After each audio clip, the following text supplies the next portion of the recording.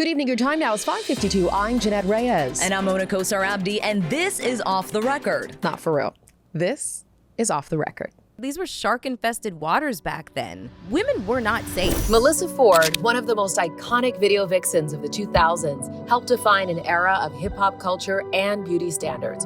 Her face was everywhere, but few knew the woman behind the image or the price of being that visible. I developed kind of early, and I went from being chubby to having a little tiny waist and boobs and butt. They're literally calling me Jessica Rabbit because of my dimensions. You're in these videos like, I'm that girl. Yes. And you want to be me. Yes. Meanwhile, you're sobbing in the dressing room. I felt like I was crumbling or, just melting down. I would attack my own physicality, like I have to lose weight. I need to improve this, I need to improve that. If I made a misstep in judgment, you're so stupid, you're not worth anything, you should just yourself. So with the Me Too movement and the reckoning that's happening within the music industry, I mean, I've covered the Diddy trial extensively. Is it something that you look back on? Yeah, absolutely. Has there ever been a time where you feared for your safety? So I went into the room by myself, and suddenly, one guy came in, then another guy came in. By the time I looked up, there was 10 guys in the room. You mentioned the 112 Anywhere video.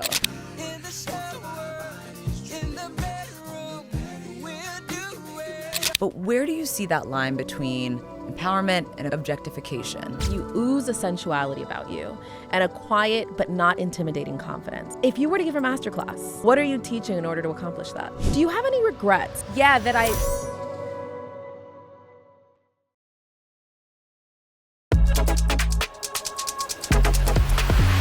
Melyssa Ford, welcome to the group chat. Hey. I'm so excited to be here. I have been lightweight stalking you guys for I don't know how long. I already feel like you guys are friends in my head, but isn't that the way that it always goes? That means a lot coming from you, though. Yeah. Because we've been stalking you for a long time. Oh, thank you. Thank And you. this is Daisy, by the way. This y'all. is gonna make Daisy. an I brought my appearance. co-host from Hot and Bothered. This is my co-host, my trusty emotional support. I know. Hi, Mama Bear. Yes. Okay. Sit down. Because usually you're the host of your own podcast, Hot and Bothered, but today you're in the hot seat. You are the guest. I am. We want to know all things Melyssa Ford. I'm so excited. I'm ready to share. Let's start from the beginning, first of all, because you're from Canada. You're our Yes. neighbor up north. Yes. Toronto. Yes. Yes. So tell us a little bit about just growing up in Toronto and what that was like. Born and raised in Toronto, a place I never thought that I would leave. It was very,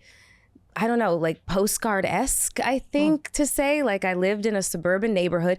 I lived in an all-Italian neighborhood. My dad and I were the only people of color in the neighborhood. But I didn't notice until I was like 7. Oh. Like, I didn't notice. I acclimated so well to my neighbors that in order to communicate with my friends' parents who are from the old country, like Italy or whatnot, I would speak Italian to tell them that I wanted to sleep over. I want a, provolone and mortadella sandwich, that I have to use the bathroom. So it just seemed to be it just was natural. I just did not notice.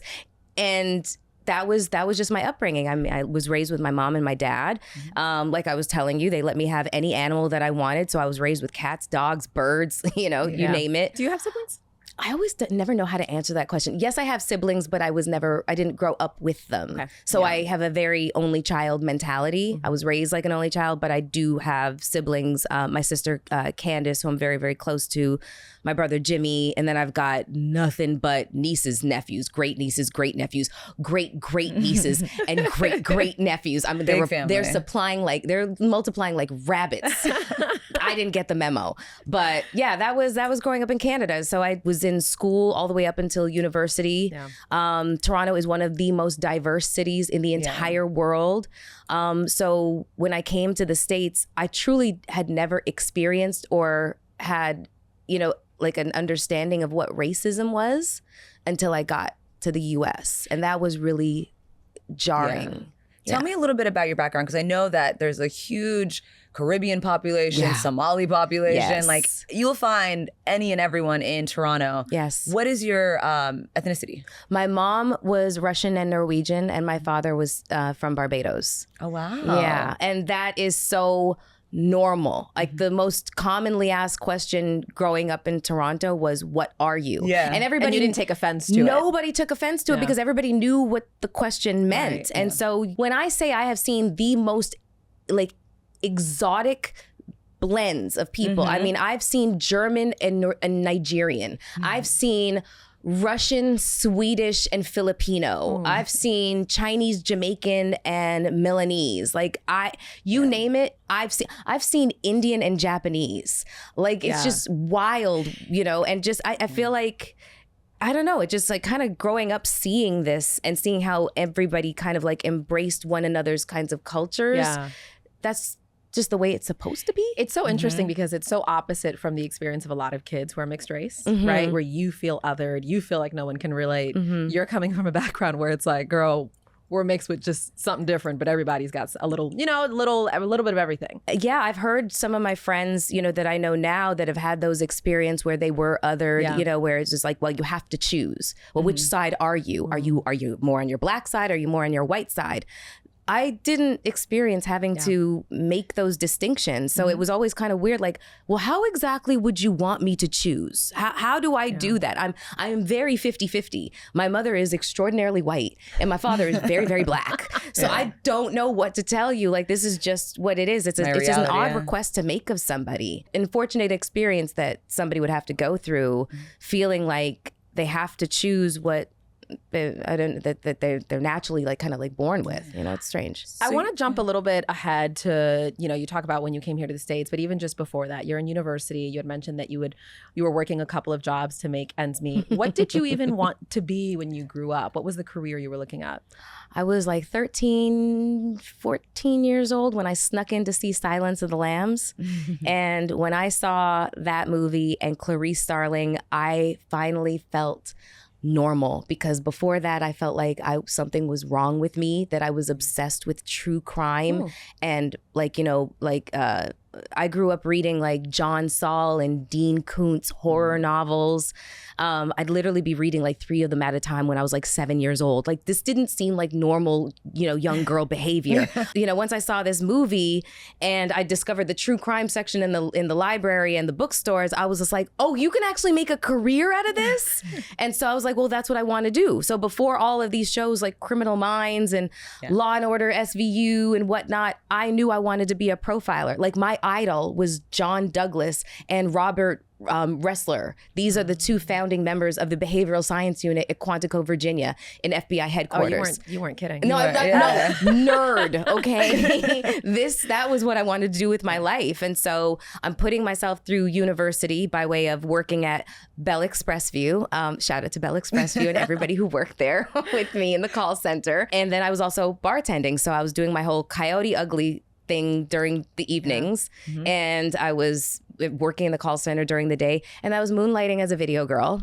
So just that. I know. But before we get to that, I want to know, like, were you the popular girl in high school? Were you the baddie that like everybody wanted to date? Not necessarily. I mean, we clicked up a lot. You know, there was the tree huggers, and then there were the athletic girls, and then jocks and whatever else. And I don't know necessarily where I fit into that. I mean, I was attractive, I was pretty, but also I had a lot of bullies in high school. Like, I had a lot of girls that were really, really, really mean to me. And what would they bully you about? My body.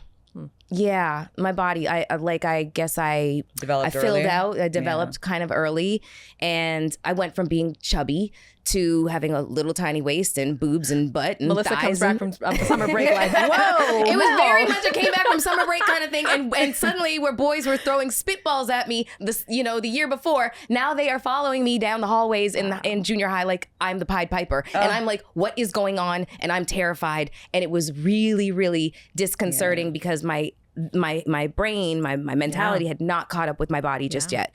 And so I was very insecure because I really still felt like I was fat. I wanted to be skinny. Like, I wanted to be like, you know, European kind of standards of beauty kind of thing. So, you know, the girls didn't really help when they would call me fat and say, you know, things like that. And cruel people can be in high school, but that was it. So I guess as a result of that, and then my father passing away when I was 15, almost 16 years old, kind of changed the trajectory of my life. I grew up really fast mentally in that moment, and suddenly the things that appealed to a high school girl no longer appealed to me.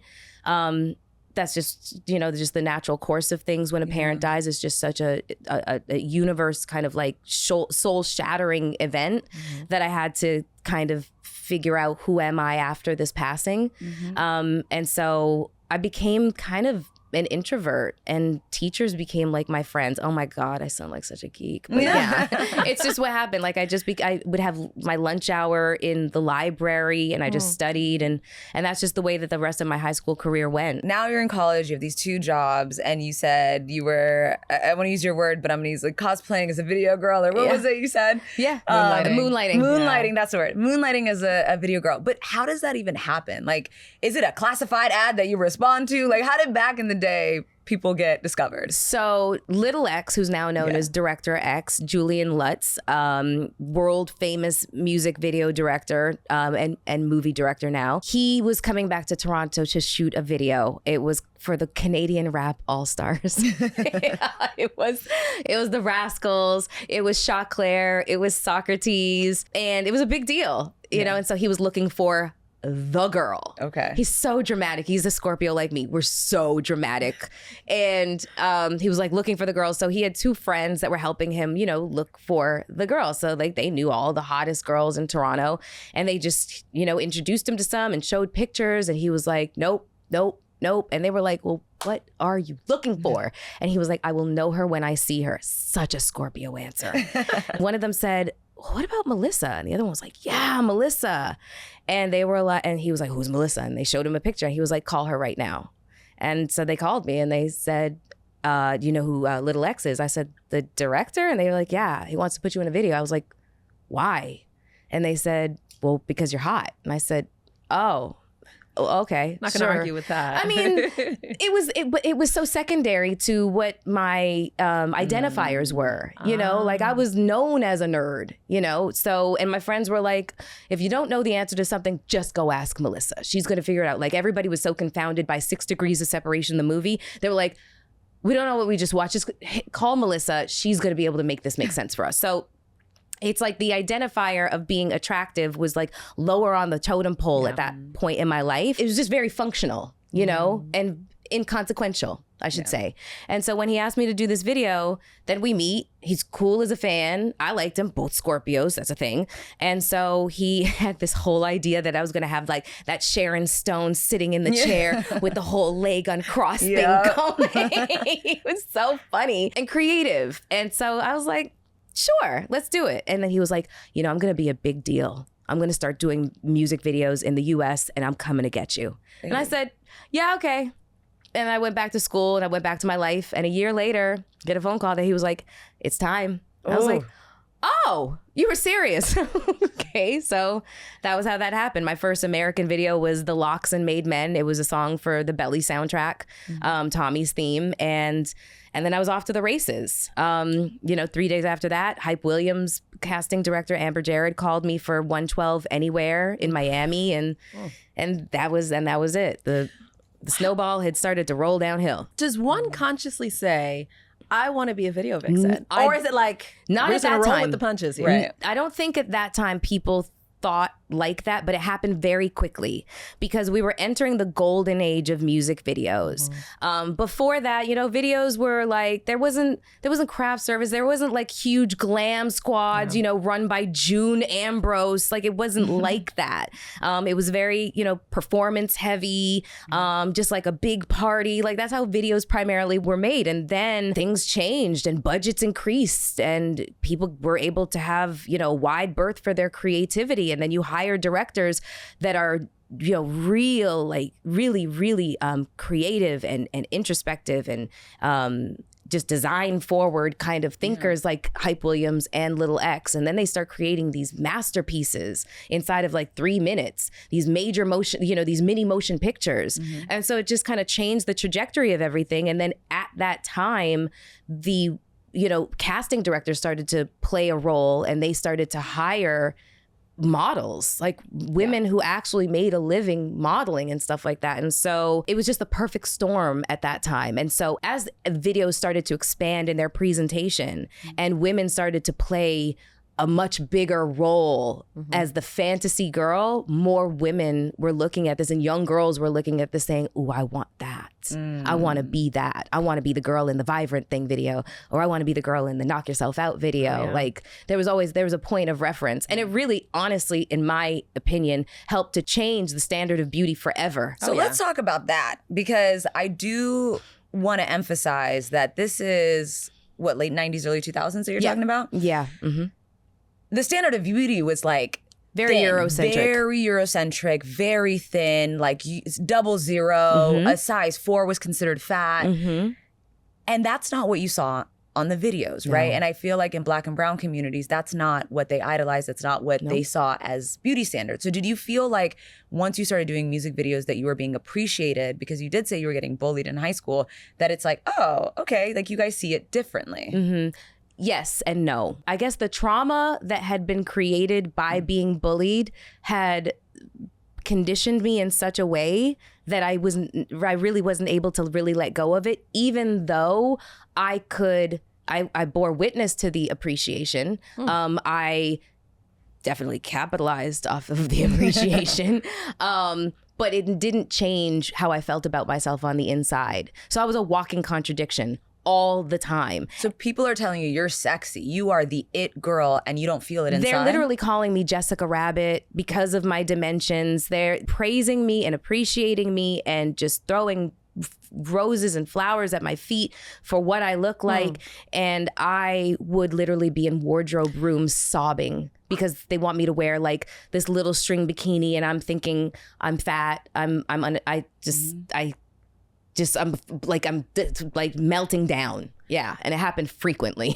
June can tell you. I'm curious because that's almost a masterclass in almost faking it till you make it. I mean, you're feeling entirely different from what it appears you feel. Yeah. Right? Like you're in these videos like, I'm that girl. Yes. And you want to be me. Yes. Meanwhile, you're sobbing in the dressing room because you feel like you're overweight. Yeah. How do you fake it? The masterclass started from, and you're going to be like, how in the hell did she make this connection? The masterclass started the first time I ever saw Claire Huxtable on the Cosby Show. I was 7 years old, and that's when the Cosby Show started airing, and I had never in all my infinite wisdom and years on this planet, 7 years old, seen a woman like Claire Huxtable ever. I was obsessed with I her. mean, yes, of course. And so it's just, obviously she was a stunning beauty, but not like in that way. She just was just naturally beautiful, but she was so much more. It was just her poise and her composure and her intellect that she led with, and she wouldn't let you forget it. And just everything about Claire Huxtable, I thought to myself at 7 years old, I said, that is what I want to be. That's what I want to embody. Not necessarily being a lawyer, but just the way that she moved through the world, just the way that she addressed people, just the way that people reacted to her. And commanded respect. Yeah. So that is what I want for myself. And so whenever I felt like I was crumbling or, just melting down, I just would repeat over and over in my head, never let them see a crack in the facade. Never let them see a crack in the facade. Whitley Gilbert said, shoulders back, head held high, chin up. And I would literally repeat this to myself. As soon as I'm walking out the wardrobe door, I wipe my tears and I just, shoulders back, head held high, the back straight. And I just... What happens if they see a crack in the facade? I don't know. I never asked myself that question. I wouldn't even think it. I wouldn't even think that. It wasn't up for debate. And I was so good at it. I was so good at hiding whatever was going on, tumultuousness was happening below the surface. I was so good at hiding it. You could never tell. Only my closest friends knew how neurotic I was. And even some of them may not have known the depths of just how far and how deep it went. Like being hard on yourself? Extraordinarily. I never let myself make a mistake. I didn't let up on myself for a second. As a matter of fact, the further that I got along in the industry, I became a lot more masochistic. Because I felt like I had to tell myself the worst things to prepare myself for the criticism, the onslaught of criticism that a woman of color and a woman of color who kind of serves herself up on a platter in this way was bound to receive. You're telling yourself the insults before they say it. To prepare yourself. So what are you telling yourself? I would attack my own physicality, like I have to lose weight. I need to improve this. I need to improve that. If I made a misstep in judgment, you're so stupid. You're not worth anything. You should just kill yourself. Like this is what it was sadistic up here. It was a really ugly place to live. So in the early days, first, was it like you got a taste, the money was good, and you were like, I can make a career out of this? Well, I'm a socialist, so money didn't really like, no, I'm kidding. It was, see what, I was actually explaining to somebody how things happen. So after I did the 112 video, then I kind of fell off the map intentionally. And what that did was it increased my value unintentionally. So because school resumed and because 112 was in December and so was The Locks and Made Men, and these were shot over the weekends. So I resumed school. And so when they're calling me to do, I don't know, Mobb Deep and Nas, Thug Life Is Mine in Tahiti, I said, I've got school and work. I'm not coming.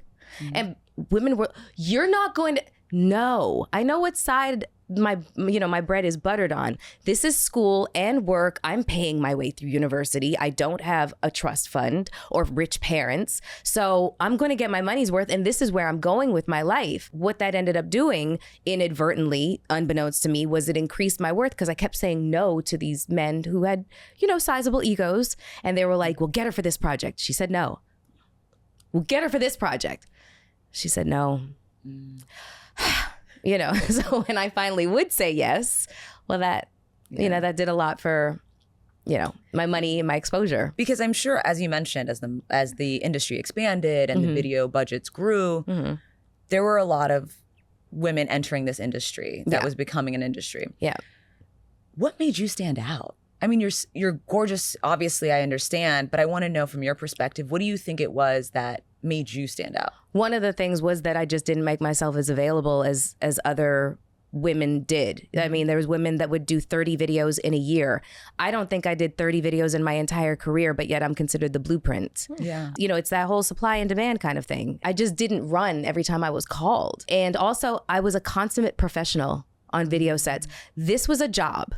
I'm showing up to do an honest day's work for an honest day's pay. I understand that my job might require me to be in a bikini or lingerie or some, something else where I'm scantily clad, a little dress or whatever the case is. And I got to dance or, kind of mimic intimacy. But it was clear to everybody on set, I am not kissing him. Keep your hands above board. I am a consummate professional. I don't care how much weed is on the crafty services table. I don't care how much Hennessy is here. I'm not partaking. And when I'm not being used on camera, I'm sitting in a corner with probably like one of my school books. And I was also a pleasure to work with. So the producers, the director, and all the key people, I gained a reputation for being very, very, very easy to work with. And I think it was all of those things blended in. She's beautiful. She knows what to do as soon as the cameras turn on. We can't always get her.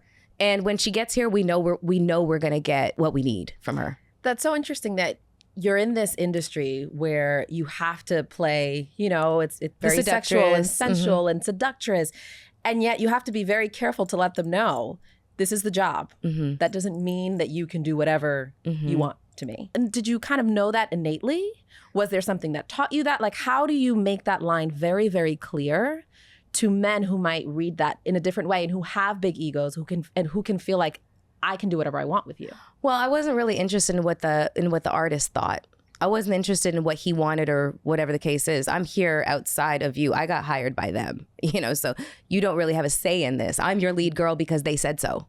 So you're not indebted to them. I'm not indebted to you at all. I don't even know who the hell you are. Honestly, I didn't grow up listening to hip hop, so these were not my heroes. And so when I end up on video sets and I see right from ground zero how things are done, that you all don't own any of this shit. It's just smoke and mirrors. Well, then how are you supposed to impress upon me? You know what I mean? Yeah. So that's why I was more interested in talking to the producers about my paycheck. Like, you're paying my rate, right? That was what I was interested in, because the artist isn't paying my rate. They have nothing to do with that. So I don't really have anything to talk to you about other than how we're going to like maneuver around this scene and where you need to know to keep your lips and your hands. So celebrity wasn't seductive to you? Not even a little bit. I thought it was ridiculous. But I'm Canadian. You know what I mean? And maybe older Canadians might understand this, but we're extraordinarily pragmatic people. So I wasn't just blown, it just didn't blow, smoke up my skirt to just be in the presence of like these people, because their storied histories and their iconic, identities just didn't impress upon me. I grew up listening to, in long drives with my mom, I'm listening to Heart, I'm listening to Billy Ocean, I'm listening to Fleetwood Mac. Long drives with my dad, I'm listening to everything from like George Clinton Parliament to, Coltrane to Ella Fitzgerald, Lou Rawls, Barry White. And then when I'm around my niece, I'm listening to like R&B, like Guy and New Edition and whatnot. Hip hop didn't really play a really strong role, or like it wasn't a huge part of the soundtrack of my life growing up. So when I end up doing these music videos, and the irony is who I become, by way of the whole landscape of everything of hip hop, is I just would barely know who the hell anybody was. Like, she said the Escalade is rented, the jewels are fake. Not you seeing through the bull, like the bull, before we did 10 years later. And we were like, wait, MTV Cribs, they're renting? Those places? I would say like, who... Jadakiss was one of the most impressive humans I had ever met, because he was so respectful and so early on. It's 2001 and he was literally like, I don't want a lawsuit. Just tell me what you want me to do. I'll keep my hands wherever you want them. And I said, oh, well, thank you so much. That's so sweet of you to like be receptive to what my boundaries are, because that was not always the way that things were. Has there ever been a time where you feared for your safety that someone was going to cross the line, or did? Yeah, absolutely. There was one particular, music video set where, the entourage was usually more of the problem than the artist, though. And some artists have massive entourages. They are celebrity by proxy in their heads. And so the entitlement that comes along with celebrity, they usually have more of it than the actual artist does. And there was just a point in a time where I was, in a room by myself. It was the crafty services room, and I was by myself just trying to take a break from how many people were out there. There was like 50 girls in the video, lots of crew, 2 floors of a hotel, and I was just very overstimulated, so I just needed to like relax, relate, release. So I went into the room by myself, and suddenly, one guy came in, then another guy came in. By the time I looked up, there was 10 guys in the room, and I was wearing a very tiny little dress, and I was in a corner, and they'd all come over to the corner, and they all kind of started to like physically touch me and stuff like that. And the door seemed a million miles away, and I didn't know how to extricate myself from that situation. As much as I could talk to the production about how much I wanted to make and whatever else, there was another part of me that just was so fearful of offending or making a big deal out of something that, is this happening or is it not happening? I think that women have these kinds of conversations with themselves where a red light is going off, but you ignore it because you're just not sure and you don't want to be impolite or you don't want to seem like hysterical. And so you just question yourself when something really has the potential to be a very harmful situation. So and I was in that moment. So in that moment, are you just like, like trying to get out of it and play nice? Yes. Yeah. Yes, very much so. Very much so. Because at this point in my life, I'm also like a super duper people pleaser. So I'm trying to figure out, I'm employing like the mental gymnastics, trying to figure out, how to extricate myself from this situation. And the word I was looking for was advocate for myself when it came to payment. But then this guy came in, this grip or cameraman or somebody from crew, and God bless him in all his infinite wisdom, because literally men, they can miss things. But he saw that the situation just seemed very imbalanced, shall we say. And he said, hey, Mel, I think that they need you on set. Can I walk you over? And I said, yeah, not wanting to alert anybody to what was happening. And That's terrifying. Still a sigh of relief for like what could have happened, because there's so many things that could have happened. That door could have closed, and the raucousness, like just like the loud music. There's nobody that would have heard me, and that's not to say that. I'm just glad that it ended the way that it did. Let's just say that, because I did not feel safe in that moment. Were there safety measures put in place for women like you so that certain things wouldn't happen, so that you all felt protected and had someone to go to in case there were concerns? No. Or was it every woman for herself? Yeah, it was very much, it was very much a concerted effort between all of us girls to take care of each other. Like I used to say we're like beavers, sleep back to back. You know, that's how beavers just prevent themselves from drowning. Exactly. So they sleep back to back in the water so that they don't drown. And so that's what we would do. We would like you keep your head on a swivel, keep 6. I'm going to take a nap right here on sets. And I want to be clear about why exactly are you doing that? Because we were keeping our eye out for, you know, unsavory behavior and, you know, just people who had predatory instinct. Nobody cared about that or was worried about that. I mean, these were shark-infested waters back then. You know, like what we know now is we didn't have that level of education. I mean, and no, women were not safe. It didn't matter who you were. If you were a video girl or if you were a video commissioner or if you were an agent, it didn't matter. If you were in the C-suites, it didn't matter. And we're learning this now by way of all of the stories that have come out. We're learning this now, that women were just not safe no matter what. And we'll talk about that, but I kind of want you to set the scene. Like the music video is going on. How many days is it? What kind of environment? Like, is it a party environment where drinks are flowing and there's, you know, extracurricular activities? Or is it more professional? Hey, we got rented time. What's the environment? So I can't speak to every video set that I wasn't on, obviously. I can only speak to the experiences that I was on. What X ended up doing, which I think was so unique, is he pulled from his pool. And he had quite a pool to pull from, the Canadian girls, because we were all so exotic and so pretty and so, you know, just a lot of us were very racially ambiguous and stuff like that. So, you know, he had this whole secret pool of women to pull from, and we all knew each other. So when I, for example, got to Trinidad to do Big Pimpin', I, you know, bleary-eyed, I'd been traveling all through the day and the night. And so I'm checking in and I said, do you have the call sheet? And they said, yeah, here's the call sheet. And I grabbed that and I looked immediately to see all the girls. I said, oh shit, yes. Because I knew like at least 10 of them. Okay. And that meant safety. Automatically, that was what I was looking for. I was looking for friendship. I was looking for, you know, safety, you know, not just in numbers, but girls that I'd already worked with. We already had this kind of like established, you know, if you know kind of mentality of, you know what I mean? Like protecting one another kind of thing. So in those circumstances, as tawdry as people started to think, you know, the things that happen on video sets, I was like, it was really very much of like a family affair a lot of the times, because we all knew each other and we looked out for each other. And then we knew X and Hype and Benny Boom and, you know, Inga Veronique would be there, who was, you know, X and Benny's manager or agent, I should say, at the time. So it just like, you know, we closed ranks around each other kind of thing. So it felt like safety. So my experiences on video sets, they were pretty PG-13 a lot of the time. It was a very rare instance like what I went through on that one video set,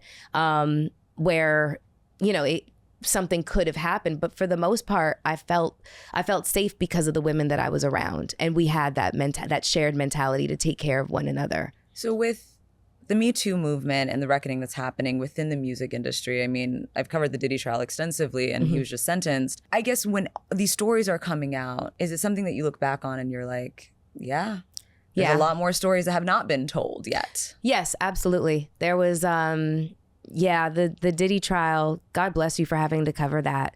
I did a stint in news when I was on the Black Report on Fox Soul. My time there overlapped with covering the murder of George Floyd and everything as a result of that, the trials and whatnot. And that really affected my mental health especially the fact that my mom had died around the time that George Floyd was murdered, like 6 days before. So it really was very difficult to cover that. So my hat goes off to you, because I mean, that really takes a toll on us as women, watching something like that take place, that trial. And they're having to, obviously he needs a defense, but a lot of his actions, the stuff that wasn't on trial, was indefensible. And just knowing what transpired during that time and how we just don't, like I said, we just didn't have the vocabulary that we have now to articulate the things that happened during that time, happened to us, happened to our peers, that we bore witness to, and just didn't have, you know, the ability to, or the wherewithal to speak. Because who are you approaching? There was no HR. Yeah. There's no HR. Not to mention, like, you don't want to approach the wrong person who's going to run up and tell. You know what I mean? Like, are you able to? Are you able to discern who's the safe person to talk to? Yeah, and so one of the things that I did by way of, you know, always making my point, my POC, the point of contact, as the producers and C-suite and people who actually pulled the strings. I never wanted anybody to feel like I was beholden to you. You know, so this is on the up and up. This is the exchange. This is like, we're signing paperwork, W-9s and whatnot. There's money being exchanged over here, and it's legitimate. So that was one other way that I found a way, like I found that was a sense of like protection. Did you feel like you could say no, or have you said no? Like something that they told you to wear that you're like, I was the queen of no. Yeah. I was the queen of no. I was the only woman in the Thong Song remix video who was the lead of that video who didn't have her full on ass out. They handed me this bikini, this leather bikini. It was 2 little triangles and a thong. And I started sobbing right away. I said, there's no fucking way. And you want me to get on a motorcycle? And you want to get the camera from behind? Oh, y'all are smoking crack. There's no way. So I said, we're going to have to figure something else out. And they said, well, we have a pair of these leather pants. I said, sold. They were like, well, can you leave them undone? I said, fine, I will leave the top of the butt cheeks out. You get that part, but that's all you get. I cannot do full on both butt cheeks out. Like, that is offensive. I can't, that's pornographic at this point. Yeah. I'm curious, did you ever feel, given the insecurities that you had, and that was also insecurity too. I mean, I masked it as, you know, decorum and dignity. We have standards. I have standards, but also... Damn. Right. All up in my booty. Like, oh, God. Ew. But I'm curious. You have these insecurities. You sometimes fear for your safety. You're having to tread carefully and look out for the bad guys. Did you ever think this ain't worth all the work and the mental health and all of that? Did you ever say, I'm good, I'm leaving this industry? Well, yeah. I mean, eventually you have to take the exit ramp. There's got to be you take the exit ramp and you know when it's coming. But for me, primarily my video experiences were safe because of the safety in numbers. All of the girls being very close friends with Director X and Hype Williams and their representatives and Benny Boom, and just knowing everybody, I kind of became untouchable.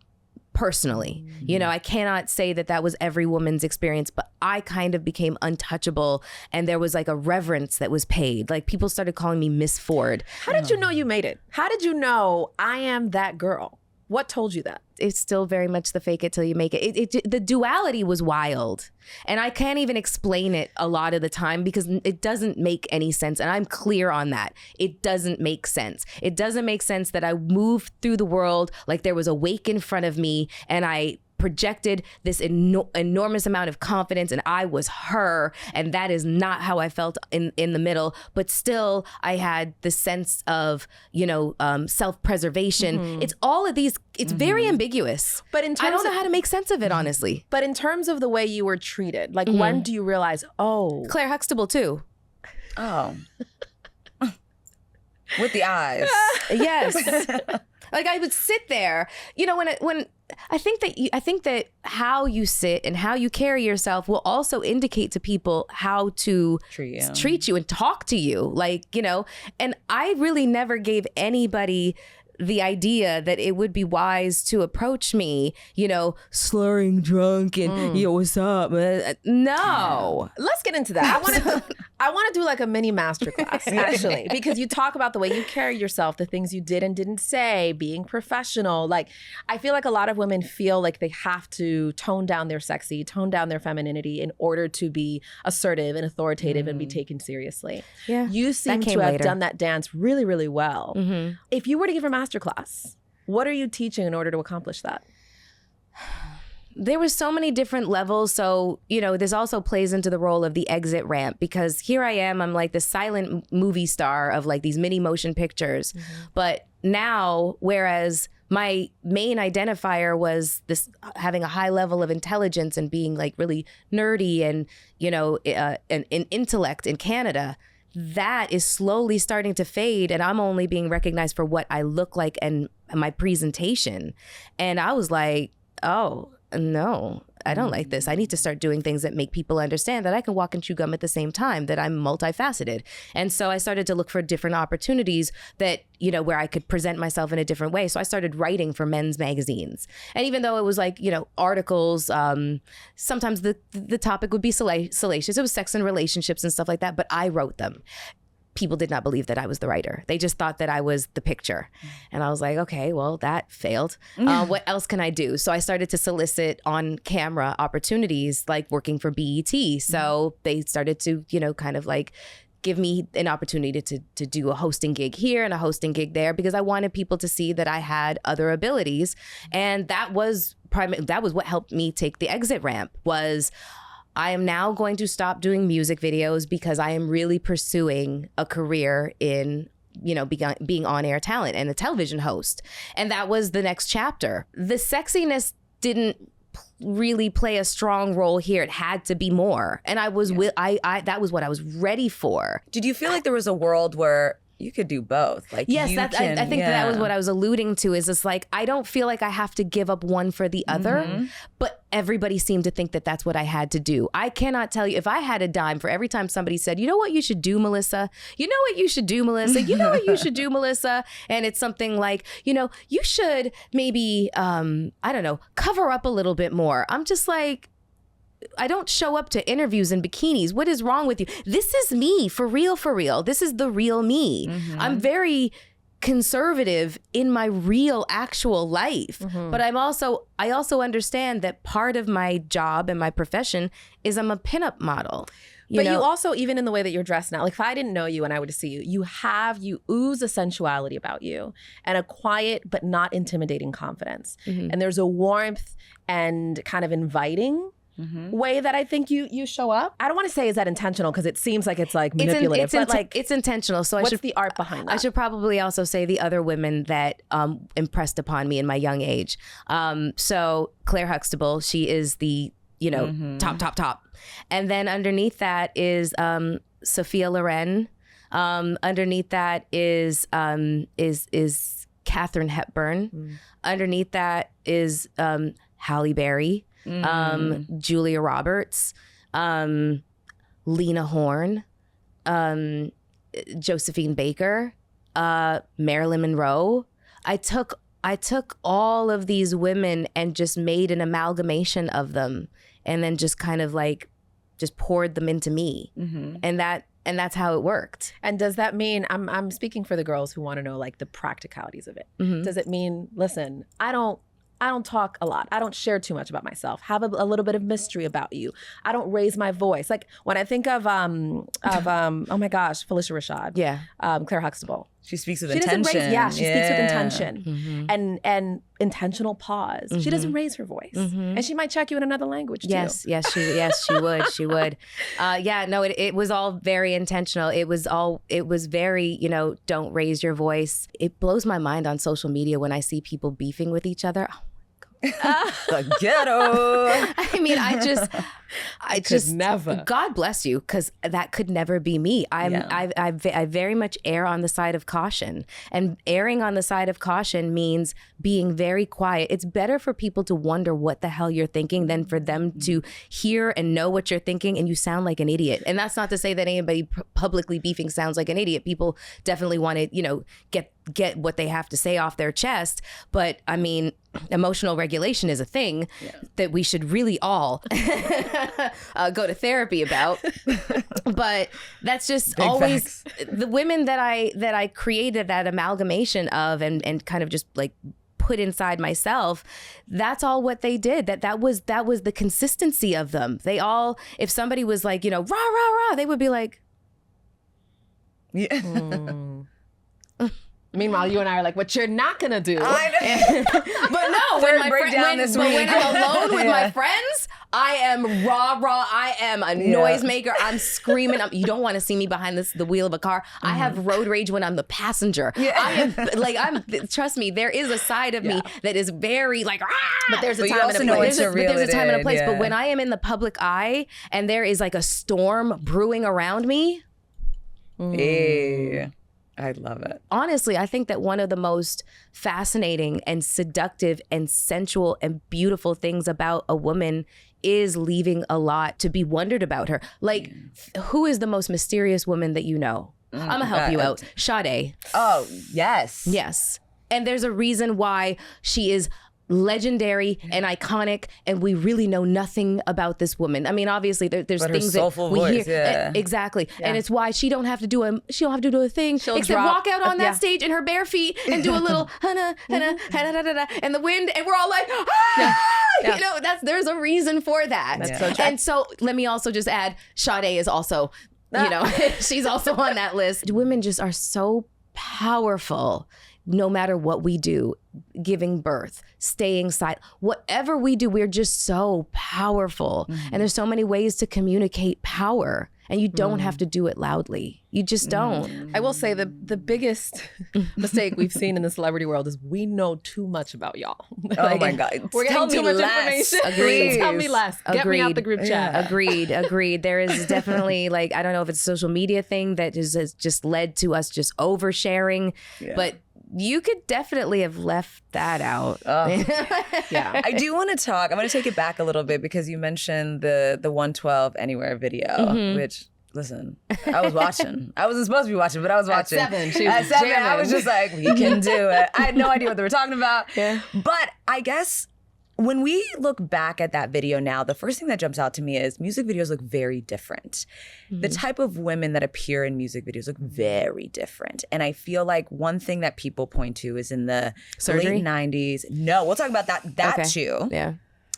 But also, there were a lot of Black women in that video of various skin colors that I feel like we do not see today. Yeah. So tell me a little bit about that evolution, because somewhere in the mid 2000s, like, things started changing. Yeah. So can you talk a little bit about the early days and where you noticed a change? The early days of me doing, I mean, it was the full color spectrum of beautiful, you know, women of color, mostly Black, a lot of African Caribbean descent, Afro-Latina as well. I just would look at the girls and I'd be like, man, I'm in such good company. These women are so stunning. I mean, one of my besties is Natasha Ellie, who's now Natasha Maloney in her married name. And she has her own stories because she was the token, you know, dark-skinned girl. But I mean, token nothing. She is just, it just don't make sense how beautiful that woman is. I remember this woman named Hazel. She looked like a panther. She was so dark chocolate. And she just moved with this grace like she was floating. I said, how do you do that?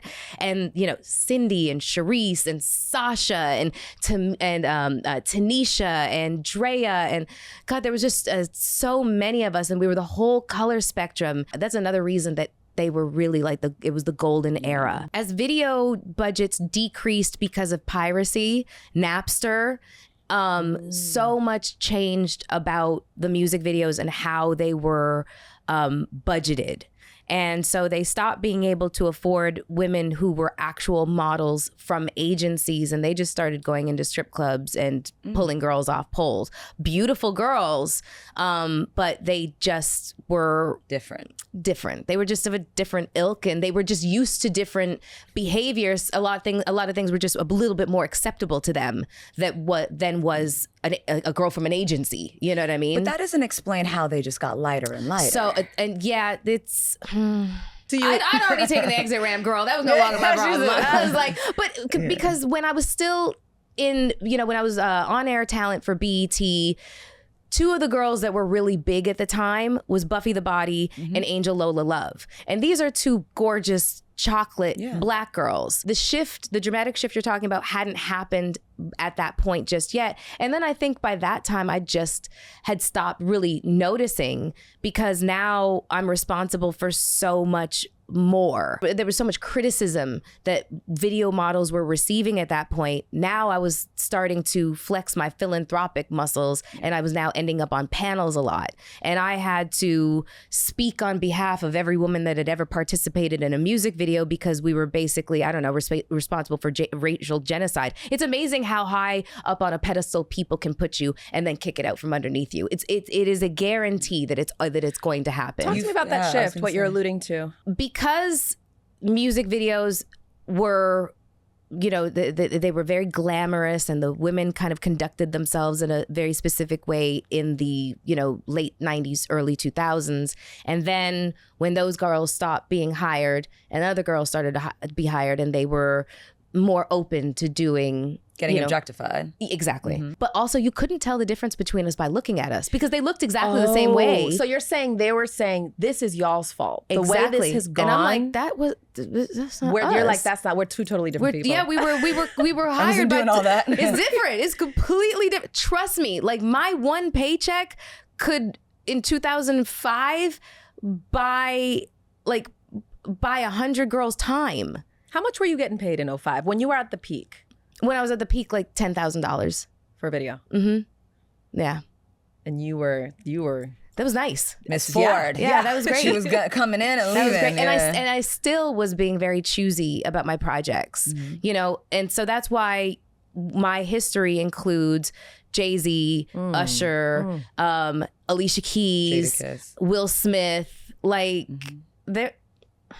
That was another way that I was very That's why we are not the same. In terms of the choice of the artist, I was like, send me the song, and it's bitch, ho, and I was like, pass.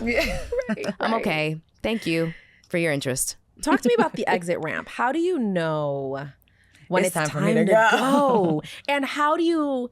I think it's hard for anyone, especially when you're in a career where you dominated, an industry where you dominated, to choose to leave. Like, I'm leaving because I want to. I'm not going to wait till I get kicked out. How did you make that decision, and how difficult was it? I never wanted to age out. And you have to be aware of that, and if you're not, that's a terrible position to be in. When you age out of something and you don't know it yet, but everybody else knows it and they're talking about you, oh, Tito, poor little tink tink. I'm not letting that happen to me. So you had to have a plan. And so part of the plan, when I started writing for magazines and then soliciting these on-camera opportunities, that was the exit ramp. And then I'm starting to see the budgets decreasing. And I was just like, oh, yeah, it's time to go. And then I'm also, like aging out, you want more for yourself once you're hitting your mid-20s and heading into your late 20s. Am I still going to be a music video model at 29 and 30? It's a little ridiculous, like a little bit. That was just the plan of action. It was always to move on to doing other things because I had more stuff that I really wanted to do with my life. And you got to remember, I'm still a university student. I'm still Clarice Starling in my head. I'm still thinking like that. Maybe at some point in my life, I go back and revisit this. So I need to get as many experiences under my belt and accumulate and start to grow my professional portfolio as well, so that I can be ready for opportunities that might be on the horizon that I can't yet see. I want to know your opinion, because obviously you mentioned that you were blamed for a lot of how women were perceived in these videos and where the industry went. But there are some people who are like, this is empowerment. You're owning your sexuality. You're calling the shots. But where do you see that line between empowerment and objectification? I think that the line is drawn whenever you're not in control of it.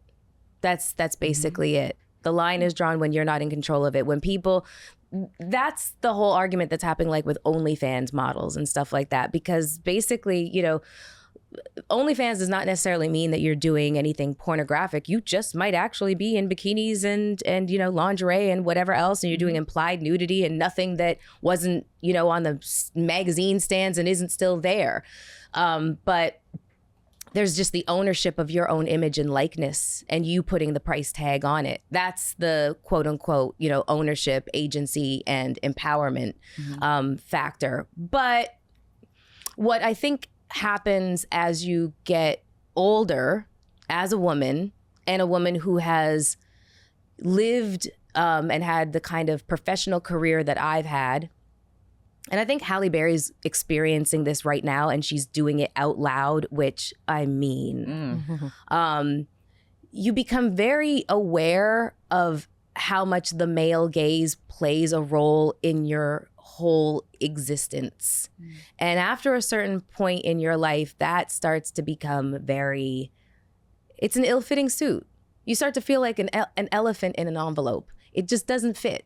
You know what I mean? And you really are like, well, why am I doing, like, it just doesn't work for you anymore. You're not the young ingenue anymore, and you don't really want to be anymore. You want to be a fully fleshed out human being. You want to be a woman who has, you know, moved through the world, and you have accumulated, you know, some scars and some war wounds, some gray hairs and some wrinkles, but you wear them proudly because it's indicative of a life well lived and wisdom that you've accumulated. And suddenly understanding that, you know, your life has been lived inside of the male gaze and how myopic that is for such a multi-dimensional woman, it just doesn't fit anymore. So I look back on that time with such a fondness for, like, I guess for like my idealism, you know, and I'm just like, I'm empowering women and whatever else. And I'm 48. I'm just like, girl, shut up, go sit down. Like, that worked at the time. That worked at the time. Empowerment looks different to me now at the age of 48. Yeah. It looks different to me right now. But as far as I'm concerned, as much as our rights are being stripped away from us and whatnot, whatever you want to do as a woman, whatever makes you happy, as long as it doesn't harm anybody else, go for it. Go for it. Whatever that looks like for you. First, I find it really refreshing how you're able to look at that time and say, I don't want to go, like, the idea of looking at aging beautifully and aging with wisdom and like, this is a new season that I'm excited about is so refreshing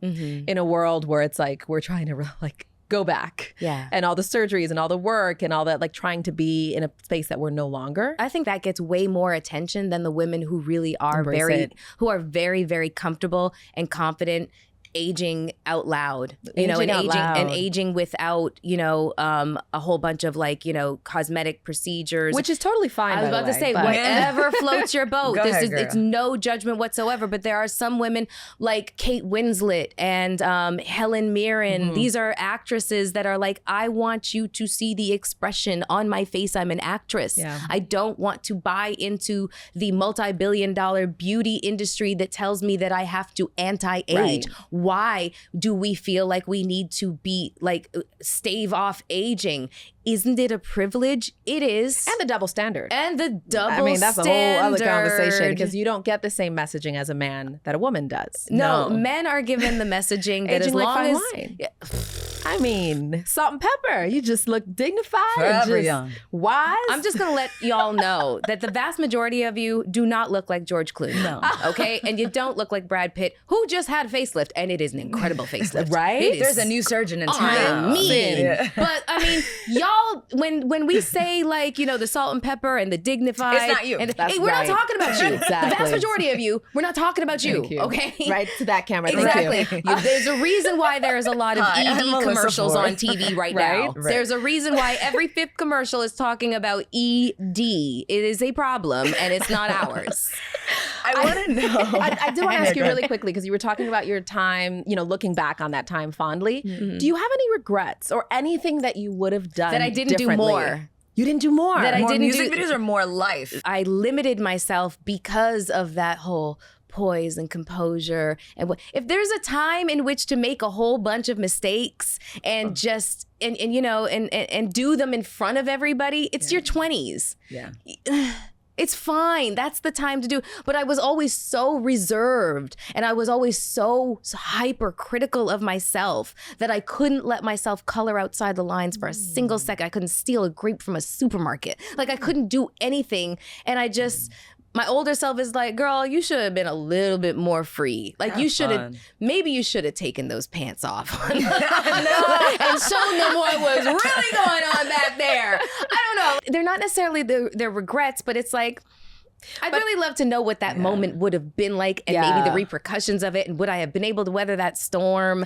I think what you're speaking to, though, is really deep because it's not whether you did or didn't do it. It's the reason why you didn't. Yeah. The insecurity, the overthinking, the overanalyzing. And that's where it's like, I was also cognizant of my older self and what my older self would want to be responsible for and what she would also look back and say, oh, you did good, young girl. You did good. And a really interesting story I can tell you right now as to thinking for your older self, but also being offered a really big paycheck and being broke at the same time. And this is where your integrity and your sense of dignity comes into play.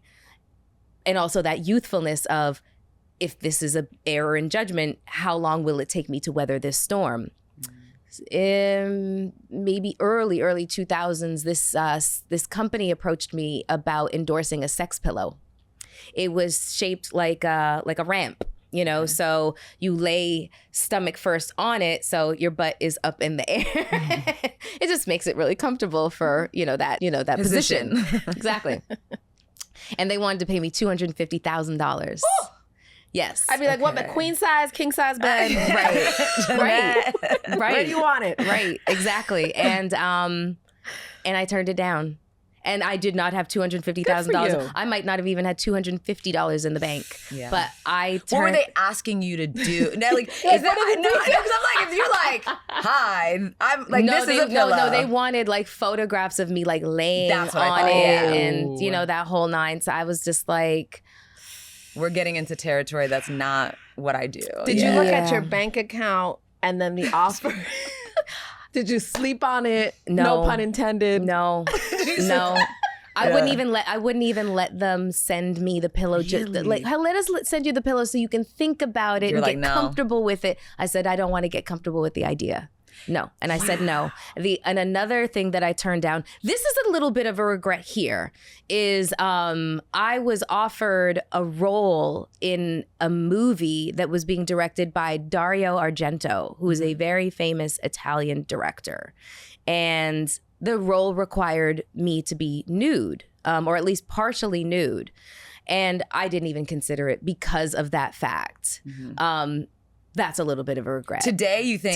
Today it's a regret because it's Dario Argento. Yeah. It was an Italian movie. And I mean, it's Italy, it's Europe. They have completely different ideas about nudity and sensuality and sexuality than we do here. We're very puritanical and also extraordinarily hypocritical here. Whereas it would have been very, very different over there. But I just didn't, I didn't know. Yeah. I just didn't know. So you can only operate with the tools that you've got at the time that you have them. You had a pretty good moral compass, I think. And then this is $250,000 in 2000s money, you guys, not after 3 recessions. Like this is it would take it somewhere. This is pre the housing market coming to pre 2007, which was a really big one. Speaking of your moral compass, obviously you're in your 20s and this is the time to date. And these are your peers. These are people that you're around. Was there a rule that you set yourself that you would not date a fellow artist or like artists in the industry? Yeah. Or were there good guys and guys that you would give a chance to? I really had no interest in dating artists, in dating actors, anybody in the industry that I was possibly going to have to perform opposite of.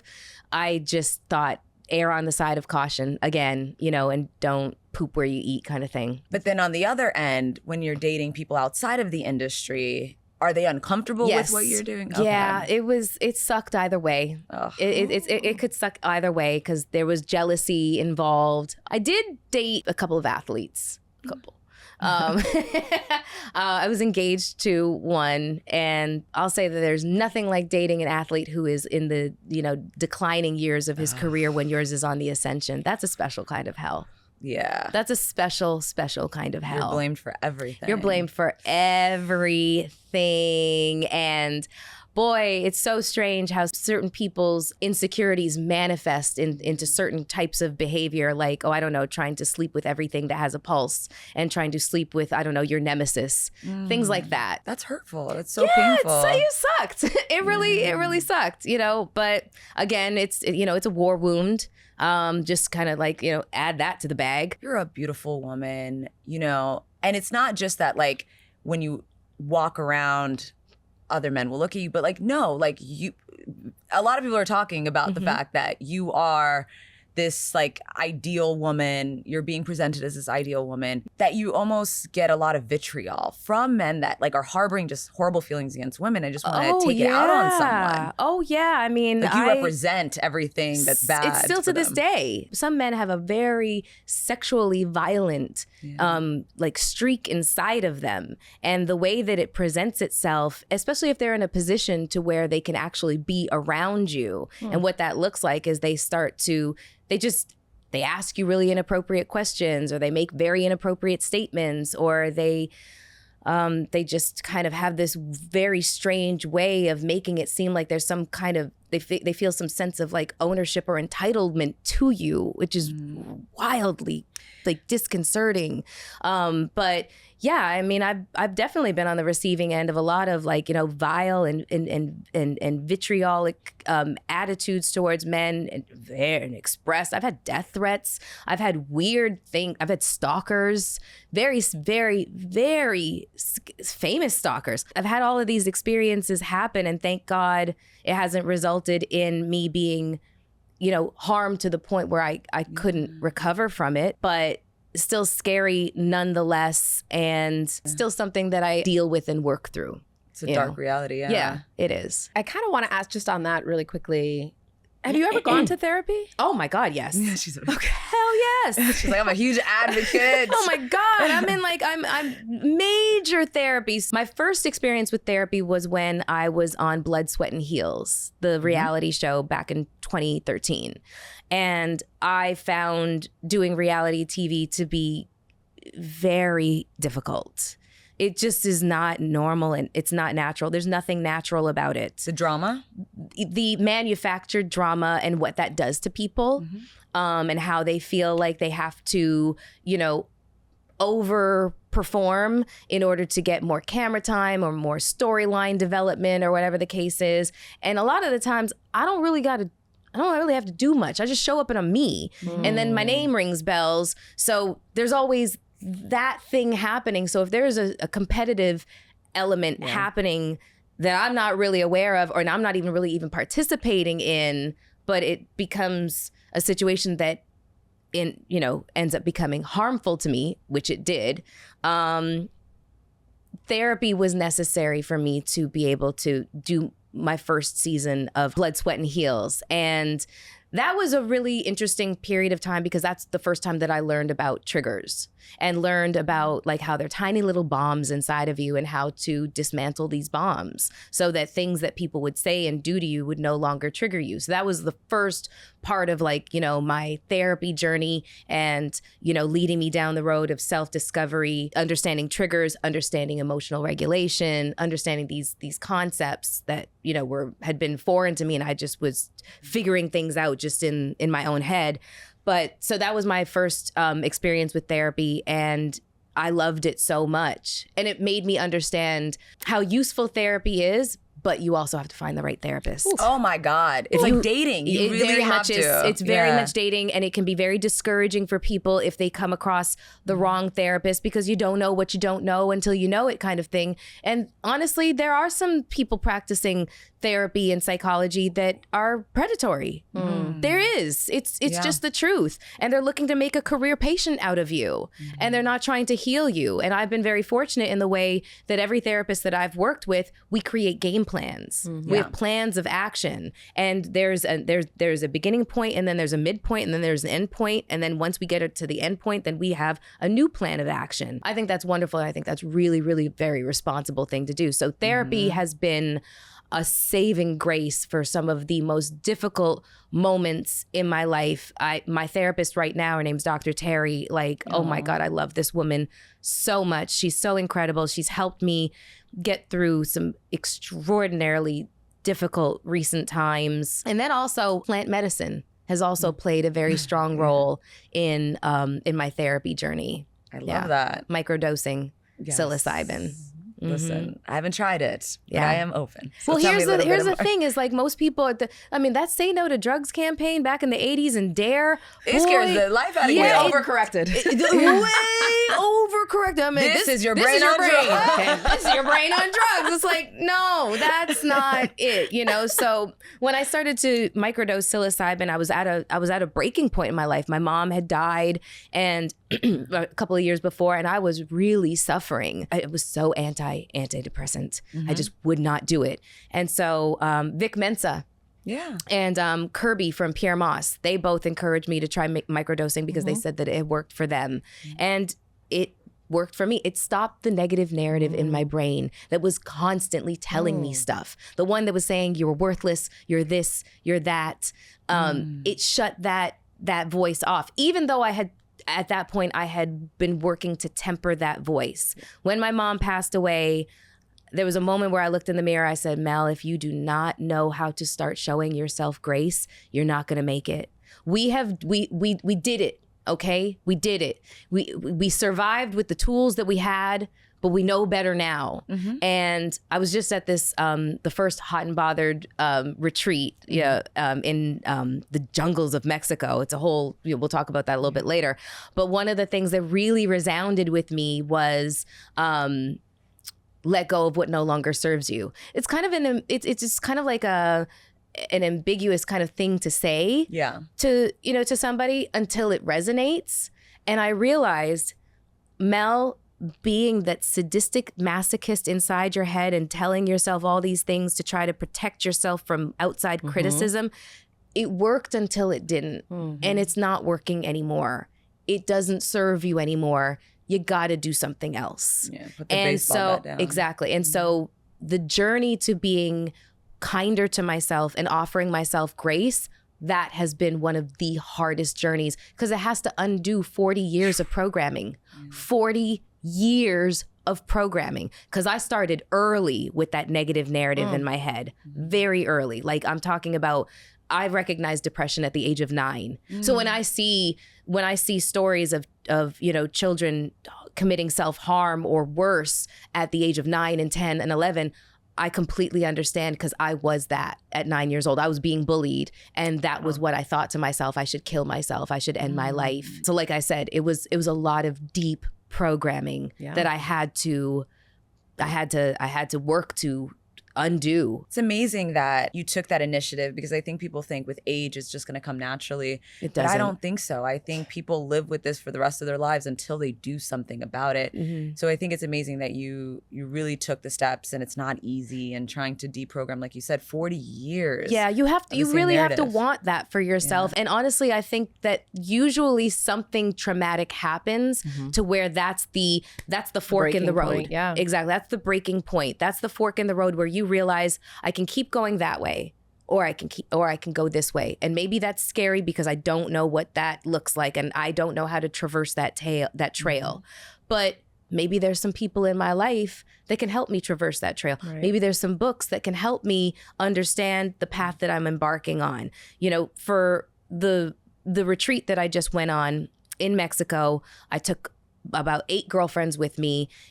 We knew we were going to do plant medicine ceremonies. And yeah, that seems like, oh, you guys went to go do drugs in the jungle. No, that was the smallest, significant, but smallest part of what transpired at that resort. What transpired was a group of women who came there with their Louis Vuitton luggage of trauma, decades of it. But they had realized, I can't keep going like this. And what we developed was this sense of safety to be another level of vulnerable that I don't think any woman in the retreat had experienced. That ability to open up and reveal things that they heard themselves talking and couldn't believe the words coming out of their mouths, what they were sharing and admitting had been hurting them for decades. And I think every woman left there, not just with a sense of clarity, but this overwhelming sense of forgiveness towards the people that had harmed them. Oftentimes those are our parents or our loved ones,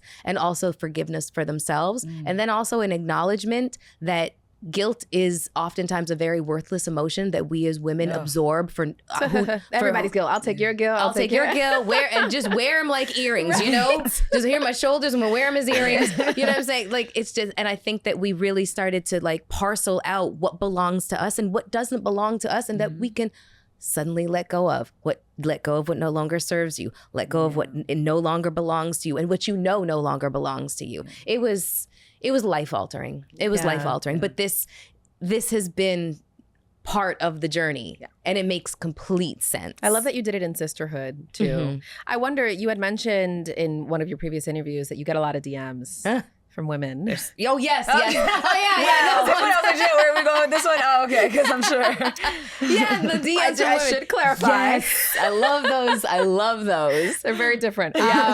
What do women ask you? I mean, do they look to you for mentorship, guidance, advice? What do you get and what do you say? I do get a lot of mentorship questions, and because I want to spread myself so thin and I want to mentor everybody and take care of everybody, I find ways to do that without compromising, myself and my need for self-preservation, and also my own, stuff that I need to do, kind of put your own oxygen mask on before you put other people's oxygen mask on. But I also get people asking me a lot of questions, especially after when I got hit by a truck. And I became very transparent and vocal and candid about what I was going through internally, mentally, because I was suffering with a traumatic brain injury.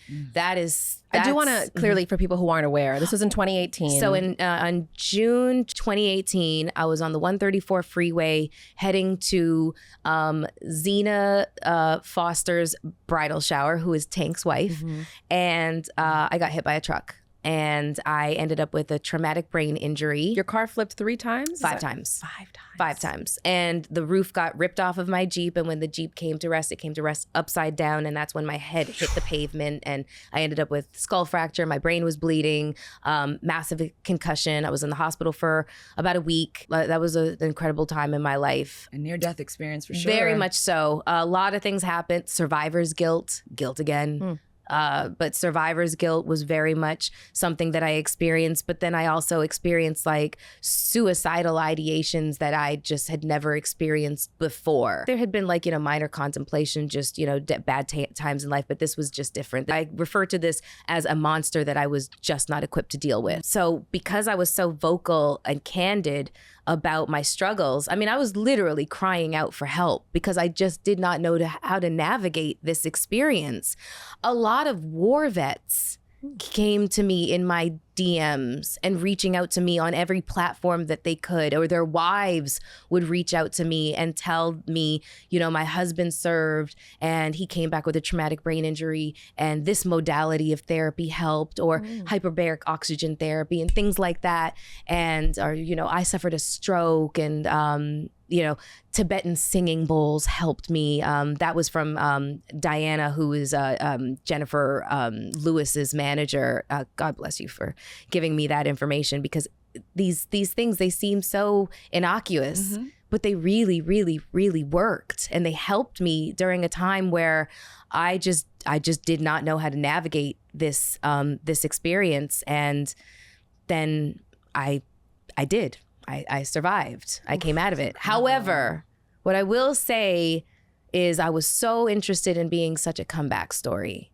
I think there's something about this industry that makes you fear irrelevance and makes you fear losing your popularity, that even at your worst moments where you should probably be resting, you should probably take some time off, you know, after getting your head bashed off the cement. You're plotting. Your body. But I just felt like I needed to be a comeback story. I needed to be this story of like, you know, perseverance. No, why? Why, Melyssa? Why did you feel like you had to do these things? I've always felt like I came back a little too early during that particular circumstance. But that also lit a fire in me to start my own. And that's where I'm Here for the Food came about. I started that podcast. It hit the ground running. It was great. Women responded to it immediately. Male fans responded to it immediately. And then my mom was diagnosed with cancer. Yeah. And I was just like, Probably thought I just can't catch a break.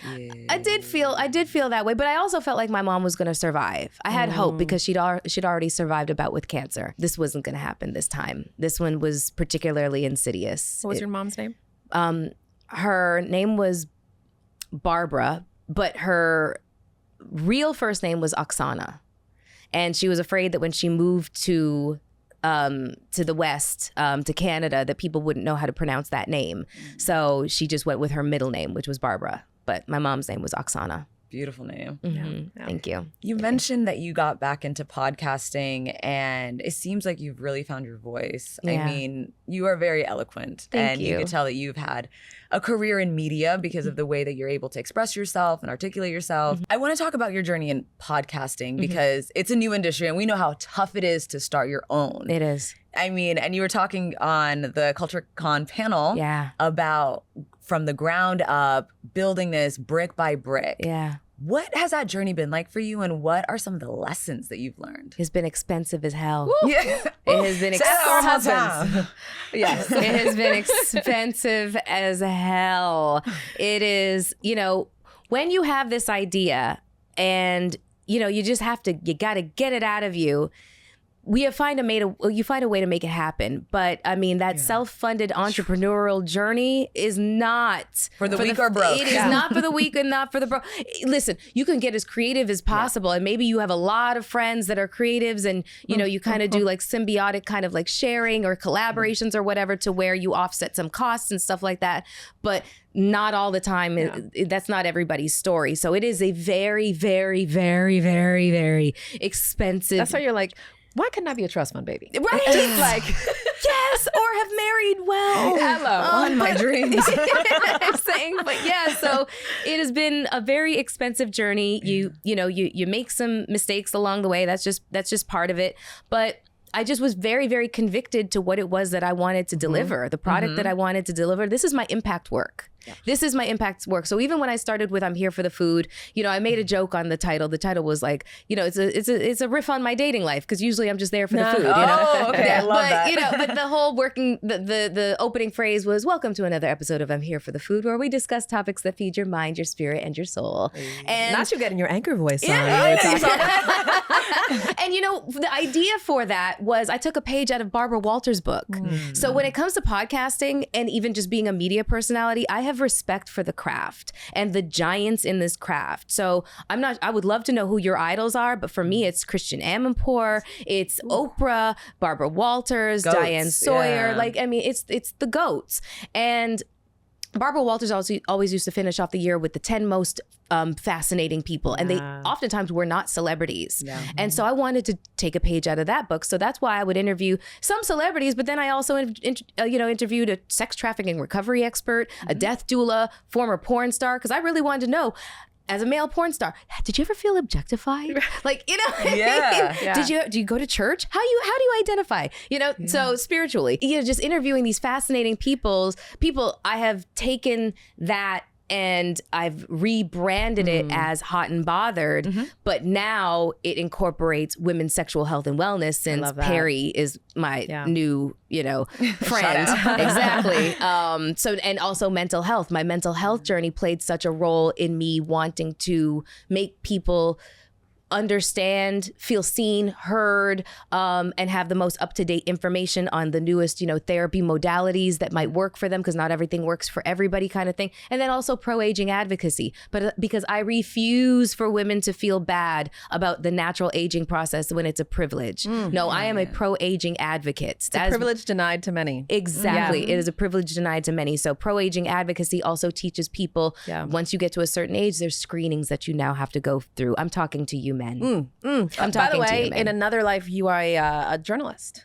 You are a journalist on a media network doing hard-hitting interviews because you have all the makings of it. I'm definitely that. But the whole podcasting journey, what I said on the stage, there's way more freedom, because when you are on terrestrial radio, you are beholden to the advertisers. There aren't any gatekeepers. You're beholden to the sponsors. You're beholden to the FCC. Like everything is punctuated, sound bites.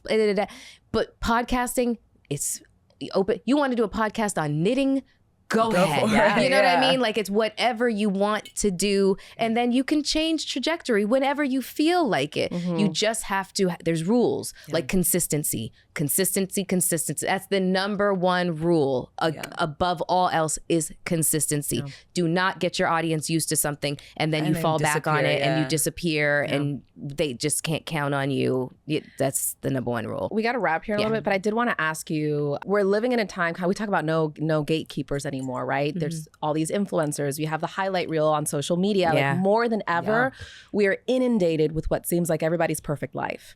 And I think you come from a time where you've seen the behind the scenes, you've seen the shiny facade, the smoke and mirrors. Like, you see it for what it is. And you specifically called BS very early on. Yeah. What do you say to women in particular who are growing up during this time where it just seems like unattainable, but it's like, unattainable, you're 24 and you're supposed to have a mansion and nice cars and a banging body and everything just feels unattainable. I would want them to ask themselves, what made you want that? If you didn't see that image in front of you, would you have wanted it in the first place? Like, you really have to, part of the whole therapy journey is self-reflection.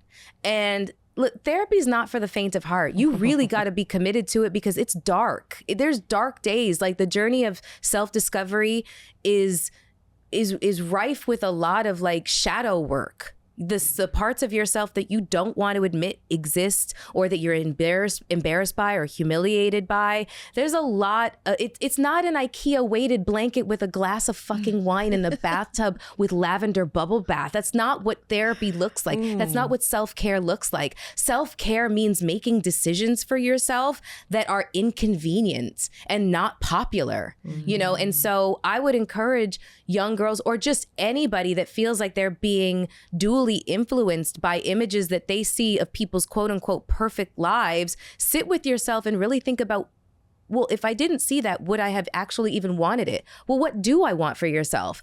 The vast majority of us have no idea what we want. If you are challenged with that's why it's so easy to want what somebody else has, because they put it out there for you. But if you had to sit there and think about what you want, you'd be sitting there for a really long time, because that is a very difficult question to answer. And should you get that, what does that mean for you? Does that change your life? Because a lot of times, that's why you will meet some of the richest, most miserable people in the world. That's why you will see a Kate Spade who was 500 million up and ended her life. Like, money and prestige and status and class, all